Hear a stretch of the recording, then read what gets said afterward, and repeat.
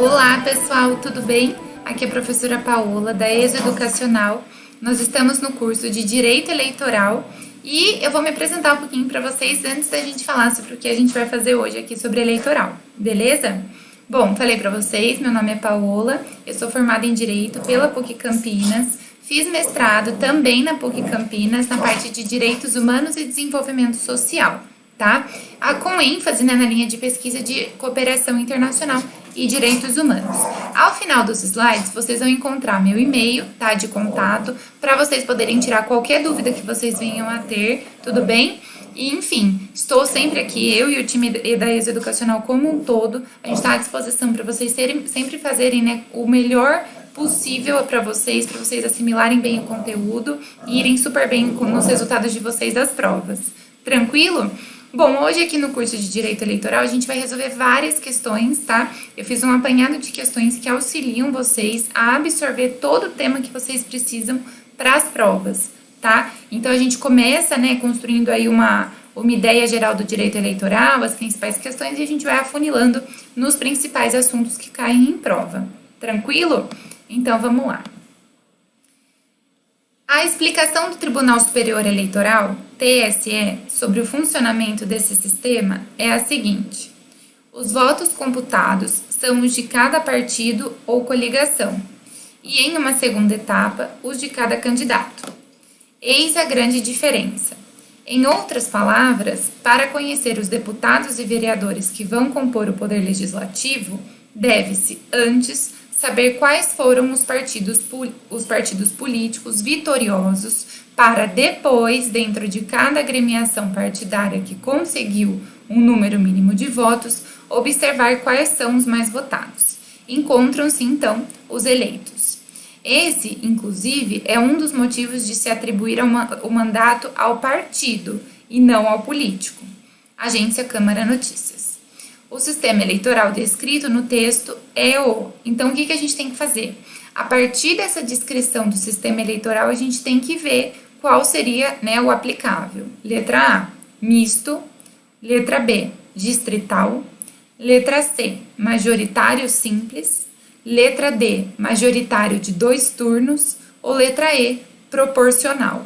E aí, qual vocês acham que é o sistema eleitoral descrito nisso? Olha só, os pontos que a gente tem. Os votos computados são de cada partido ou coligação e numa segunda etapa os candidatos, tá? Então, para a gente conhecer quem serão os deputados e vereadores, olha só que ele está dando uma dica.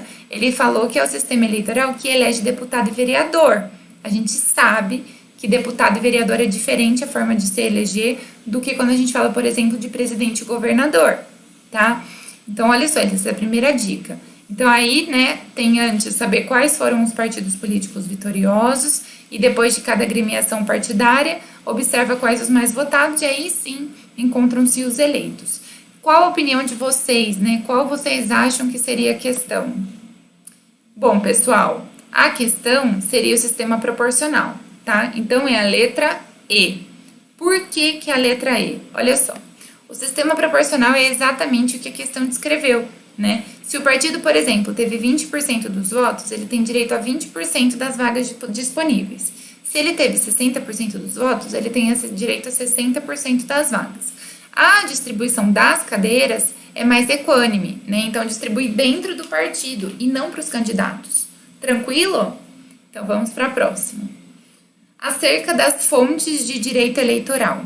Letra A. A função normativa da Justiça Eleitoral autoriza que sejam editadas resoluções normativas pelo Tribunal Superior Eleitoral, com a finalidade de criar direitos e estabelecer sanções, possibilitando a revogação de leis anteriores que disponham sobre o mesmo objeto da resolução normativa. Letra B. As normas eleitorais devem ser interpretadas em conjunto com o restante do sistema normativo brasileiro, admitindo-se a celebração de termos de ajustamento de conduta previstos na Lei 7.346 de 85, que disciplina a ação civil pública, desde que os partidos políticos transigam exclusivamente sobre as prerrogativas que lhes sejam asseguradas. Letra C. O Código Eleitoral define a organização e a competência da Justiça Eleitoral podendo ser aplicado apesar de a Constituição Federal prever a necessidade de lei complementar para tanto. Letra D. As resoluções normativas do TSE, as respostas às consultas e as decisões do Tribunal Superior Eleitoral são fontes de direito eleitoral de natureza exclusivamente jurisdicional e aplicáveis apenas no caso concreto dos quais emanam. Letra E, por último, o Código Eleitoral, a Lei de Inelegibilidades, a Lei dos Partidos Políticos, a Lei das Eleições, e as resoluções normativas do TSE, bem como as respostas a consultas, são consideradas fontes de direito eleitoral de mesma estatura, hierarquia e abrangência, podendo ser revogadas umas pelas outras. Será, pessoal? O que vocês acham, né? Qual seria a alternativa que vocês julgariam como a correta?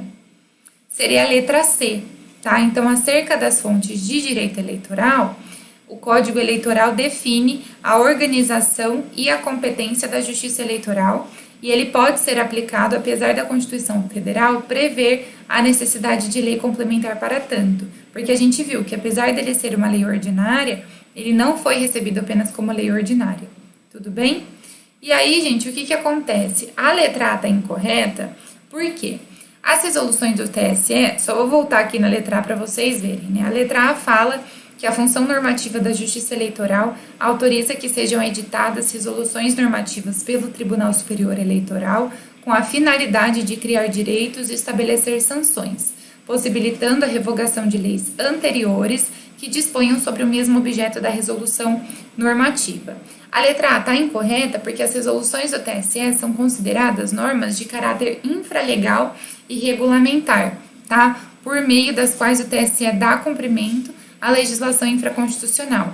Assim, né, como são normas jurídicas, são consideradas fontes formais de caráter secundário e diretas.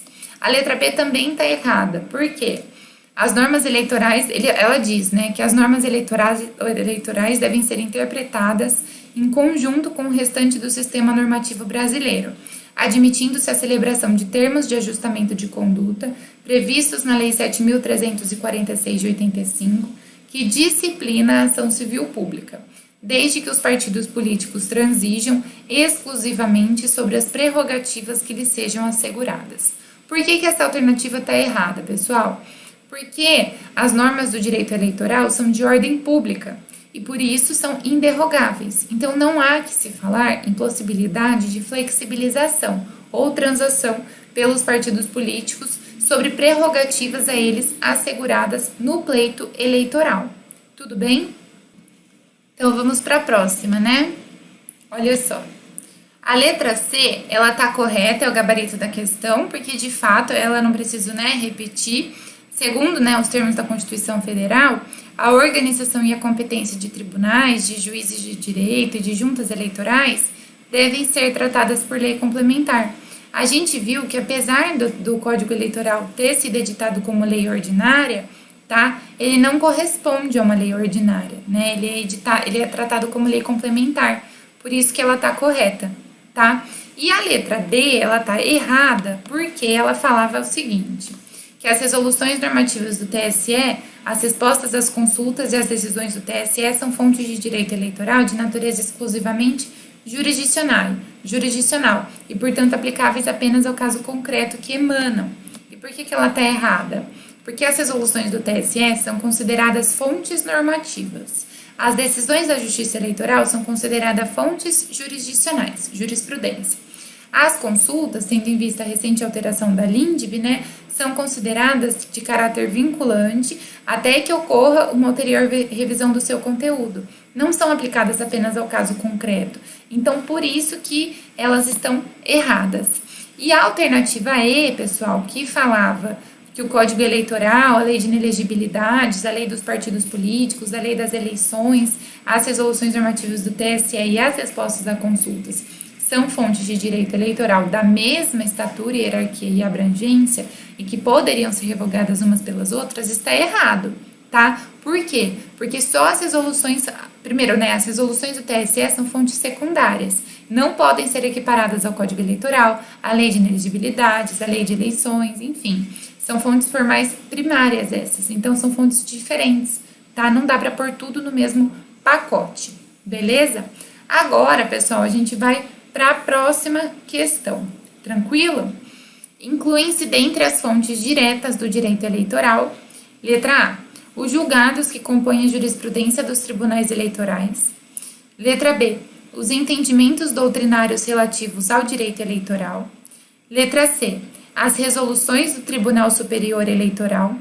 Letra D, as leis estaduais. Letra E, as leis municipais. Quais dessas, né, são consideradas fontes diretas do direito eleitoral, né? O que vocês acham aí? Qual vocês acham que seria a questão? Letra A. Então, incluem-se dentre as fontes diretas do direito eleitoral, letra A, os julgados que compõem a jurisprudência dos tribunais eleitorais. Letra B, os entendimentos doutrinários relativos ao direito eleitoral. Letra C, as resoluções do Tribunal Superior Eleitoral. Letra D, as leis estaduais. Ou letra E, as leis municipais. Qual é a alternativa que vocês acreditam que seja correta? Entre as fontes diretas do direito eleitoral, nós temos a letra C, que são as resoluções do Tribunal Superior Eleitoral, tá? Então, dentre essas 5 possibilidades apresentadas, a única que se enquadra em fontes diretas do direito eleitoral são as resoluções do Tribunal Superior Eleitoral, tudo bem? E olha só por quê, pessoal. As resoluções do TSE, elas são consideradas como, ora como fontes primárias, ora como fontes secundárias do direito eleitoral, tá?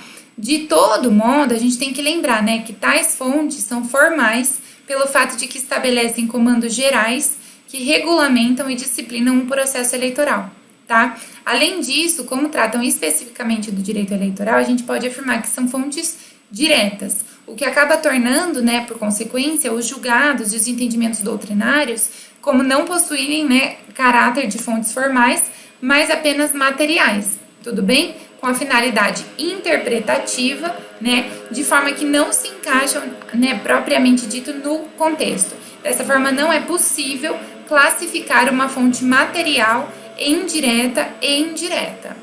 Tranquilo? Então, essa seria a resposta dessa alternativa que a gente viu aqui. Vamos para a próxima questão. Obedecerá ao princípio da representação proporcional a eleição para, letra A, a Câmara dos Deputados. Letra B, o Senado Federal. Letra C, governador de estado. Letra D, prefeito municipal.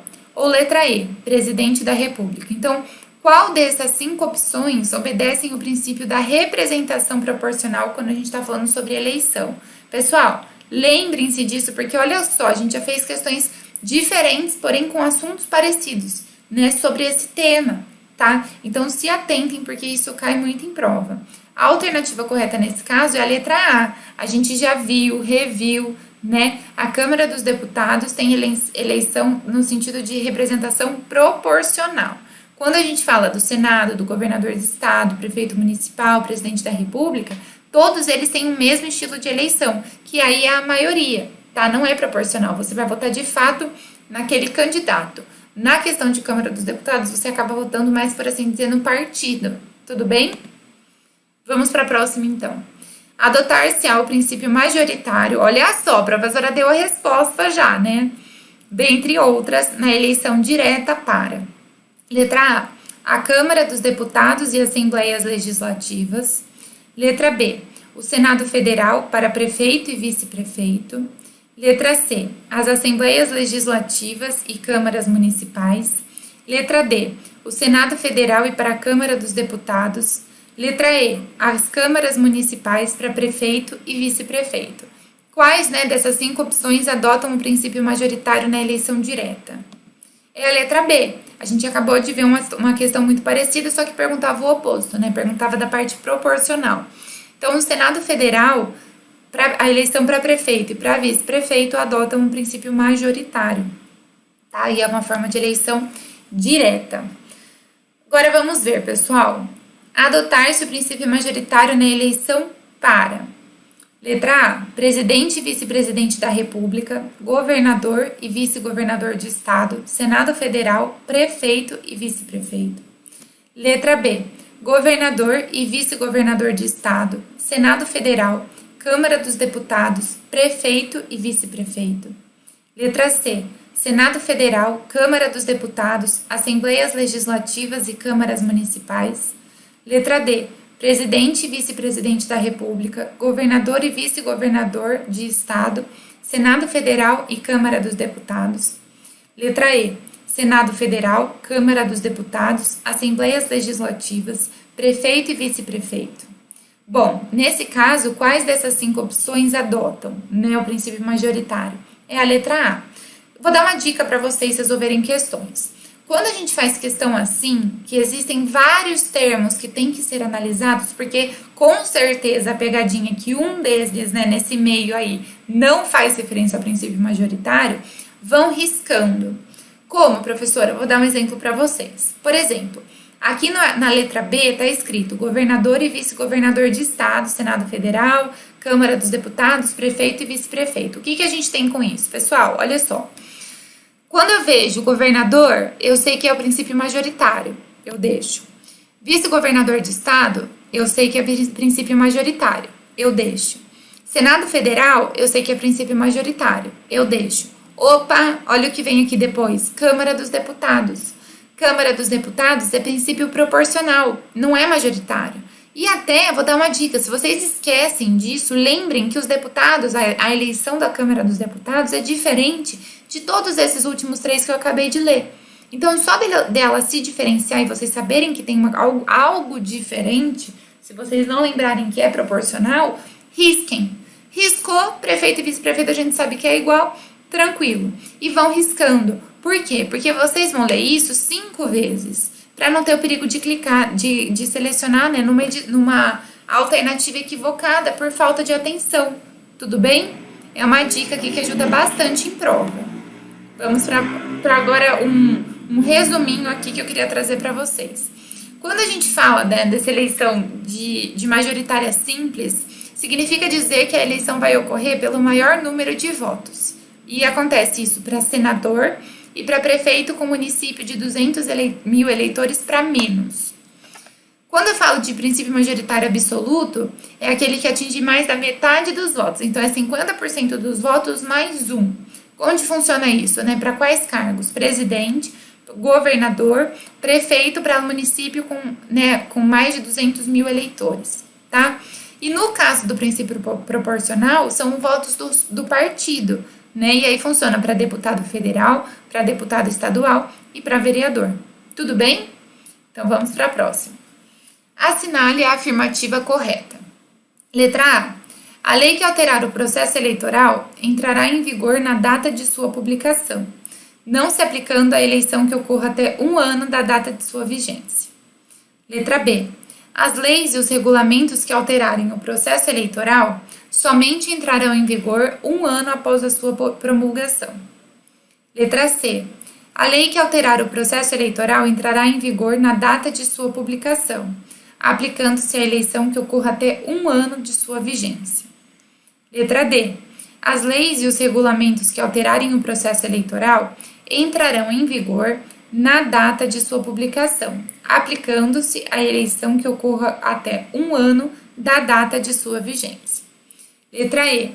A lei que alterar o processo eleitoral entrará em vigor imediatamente após a sua promulgação.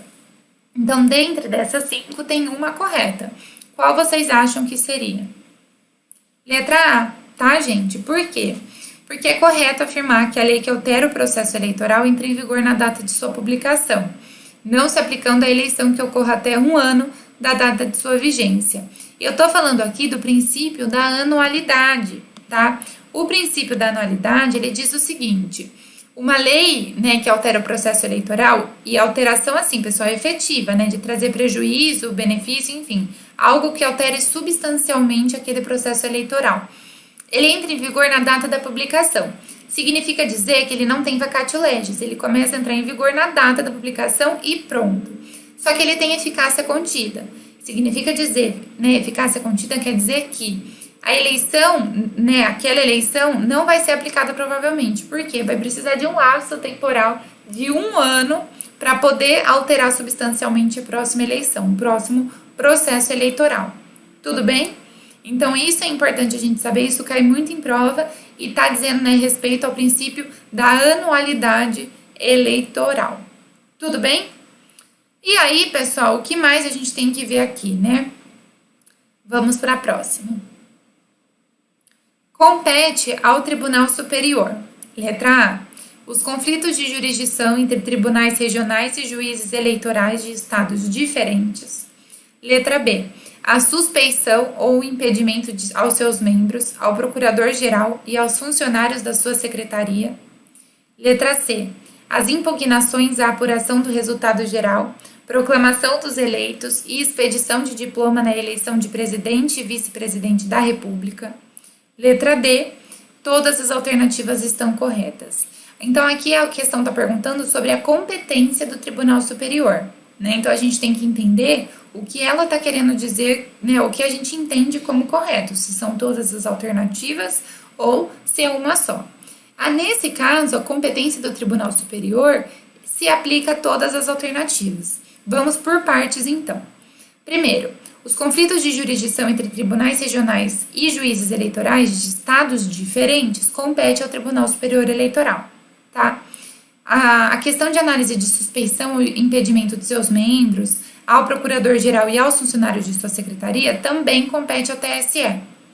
As impugnações à apuração do resultado geral, a proclamação dos eleitos e expedição de diploma na eleição de presidente e de vice-presidente da República também diz respeito à competência do Tribunal Superior Eleitoral, tá? Então, dessa forma, todas as alternativas estão, sim, corretas, tá bom? E a resposta, então, seria a letra D.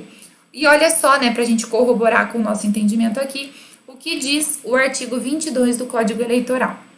Ele diz que compete ao Tribunal Superior, letra B, os conflitos de... a linha B, tá? Os conflitos de jurisdição entre tribunais regionais e juízes eleitorais de estados diferentes. Letra C, a suspeição ou impedimento aos seus membros, ao procurador-geral e aos funcionários de sua secretaria.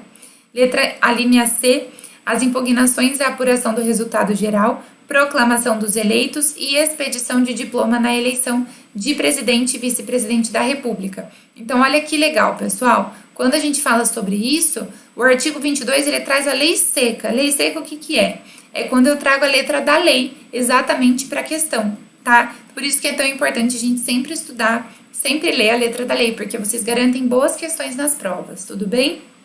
Vamos para a próxima, então. São privativos de brasileiros natos os seguintes cargos. Então, quais cargos são privativos para brasileiros natos? Letra A, ministro do Supremo Tribunal Federal e ministro de Estado. Letra B, vice-presidente da República e governador do Estado. Letra C, oficial das Forças Armadas e presidente do Superior Tribunal de Justiça, do STJ. Letra D, presidente do Senado e da Câmara dos Deputados. Qual alternativa dessas diz respeito a cargos que são privativos de brasileiros natos, ou seja, apenas brasileiros natos podem ocupar? É a letra D, tá? E por que eu trouxe essa questão? Porque cai em prova, às vezes, gente, quando fala assim, cargos do Senado Federal, senador e deputado. Não, tá errado. Cargo privativo de brasileiro nato diz respeito à presidência do Senado e à presidência da Câmara dos Deputados. Deputados e senadores podem sim não ser brasileiros natos. Quem não pode deixar de ser é o presidente do Senado e o presidente da Câmara. Tudo bem? Isso cai muito em prova, tá, gente? Que é para confundir mesmo. Olha só. E eu trouxe para a gente analisar aqui quais os cargos, então, são, de fato, né, privativos de brasileiro nato, tá? Então, o artigo 12, parágrafo 3º da Constituição Federal, olha só o que ele fala. São privativos de brasileiro nato os cargos 1. De presidente e vice-presidente da República.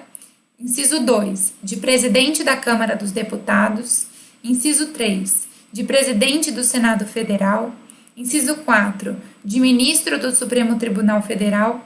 Inciso 5. De carreira diplomática. Inciso 6. De oficial das Forças Armadas. Inciso 7.